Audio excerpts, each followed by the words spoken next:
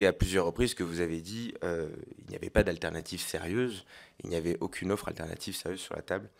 Pour aller dans ce sens, et c'est ma première question, est-ce qu'il y avait même pas un autre sujet qui est le dilemme du prisonnier? C'est-à-dire que si vous fusionnez pas avec Siemens, vous avez un risque que Siemens fusionne avec Bombardier. Et que du coup, vous vous retrouviez tout seul à la fin. Et que du coup, quand vous avez dit tout à l'heure, ce qui fait la qualité d'une entreprise, c'est aussi ses clients. Et une entreprise industrielle, elle marche si elle a des clients. Vous vous retrouvez tout seul à la fin parce que vous avez manqué un deal, parce que le mariage s'est fait dans votre dos entre Bombardier et Siemens. Et du coup, voilà, est-ce qu'il n'y a pas déjà cette première question-là qui, encore une fois, renforce cette idée que non seulement il n'y avait pas d'alternative, mais si on ne l'avait pas fait, ça aurait été gravissime. Enfin, je veux dire, il y avait des risques qui étaient encore plus importants. Sur le premier point, il se trouve que Bombardier, je les connais très bien. Monsieur Laurent Baudouin, qui est le président fondateur du groupe Bombardier, est un ami personnel depuis 35 ans.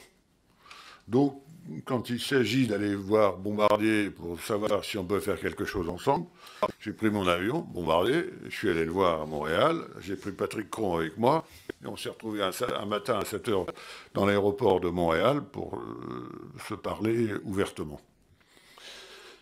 Bombardier est dans une difficulté dans l'aéronautique, dans son secteur aéronautique, dans une vraie grande difficulté.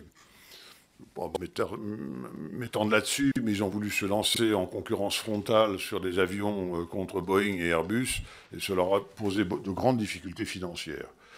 Et le problème qu'ils ont est très simple, c'est qu'ils ont obtenu des prêts très importants pour financer le développement de leur activité aéronautique, et que la garantie de ces prêts, c'est l'activité train.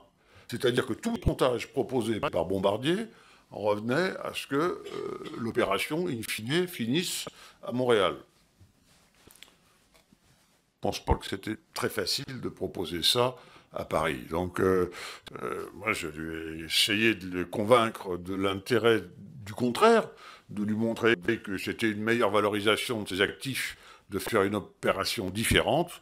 Mais bon, on était resté sur ce schéma, et je constate d'ailleurs que Siemens a abouti aux mêmes conclusions que moi avec Bombardier, puisque la contrainte était la même, quelle que soit la personne avec qui Bombardier voulait contracter.